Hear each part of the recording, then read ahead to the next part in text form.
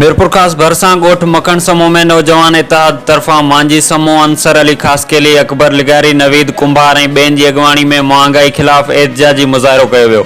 उन मौक़े ते ॻाल्हाईंदे हिननि चयो त हुकुमराननि जी पॉलिसियुनि सबबि मुल्क अंदरि महांगाई हाणे ग़रीब माण्हुनि जी ख़ुदकुशियुनि जो सबबु बणिजी रही आहे। हिननि चयो त महांगाई सबबि केतिरा ई नौजवान पंहिंजी पढ़ाई अधु में छॾे हाणे मज़दूरियूं करे रहिया आहिनि, छाकाणि जो हिकु त हू तालीम जा ख़र्च पूरा न पिया करे सघनि ऐं मथां वरी अटे खां वठी खंडु पेट्रोल ऐं बिजली जे बिलनि में ॻाटे टोड़ इज़ाफ़ो थी चुको आहे, जंहिं सबबि माण्हुनि जी ज़िंदगी अज़ाब बणिजी वई आहे। हिननि मुतालबो कयो त करप्शन खे रोके अमीर माण्हुनि खे मिलंदड़ सहूलियतूं वापसि वठी महांगाई खे घटायो वञे। असांजो हिन मुज़ाहिरे में इहो चवणु आहे त महिरबानी करे महांगाई खे ख़तमु कयो वञे।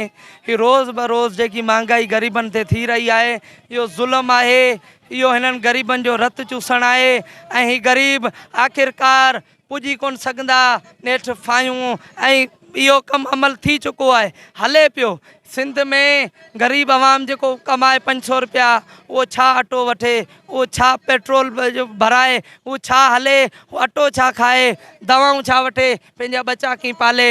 असांजी आला ऑफिसरनि खे गुज़ारिश आहे त महिरबानी करे हिन महांगाई खे घटि कयो वञे। मखण समूह ते यंग वेलफेयर एसोसिएशन नौजवाननि जेका ही तंज़ीम समाजी तंज़ीम जोड़े आहे, उन जे हवाले सां ही मुज़ाहिरो जारी आहे ऐं अवाम सख़्तु परेशान आहे। असांजो एहतजाज इन हवाले सां आहे, असां इन्हनि दोस्तनि सां गॾु आहियूं। ये चंदुसि त पाकिस्तान में हर ॿिए टे महीने ते हिन क़ौम जे मथां कंहिं न कंहिं बहाने सां महांगाई जो बम किरायो वञे थो। उन सां न रुॻो जेको आहे सो ख़ुदकुशियुनि जो रुझान वधे थो, पर उन सां गॾोगॾु जेको किराए में बि इज़ाफ़ो थिए पियो।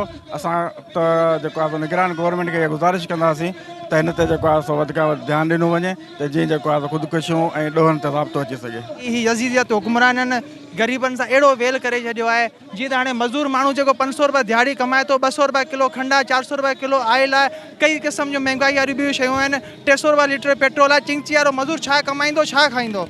इन लाइ असां अॼु ॿाहिरि निकिता आहियूं रोडनि ते। असां सां गॾु मज़दूर माण्हू बि असां सां गॾु निकितल आहिनि, तव्हां पोयां ॾिसी सघो था तक़रीबन माण्हू गॾु आहिनि। असां इहो एहतियात इहो ई रिकॉर्ड कराइण लाइ क़ाइमु कयो आहे त महांगाई खे कुझु घटि कयो, ग़रीबनि खे खाइण खां महरूम न कयो, फांसी खाइण ते महरूम न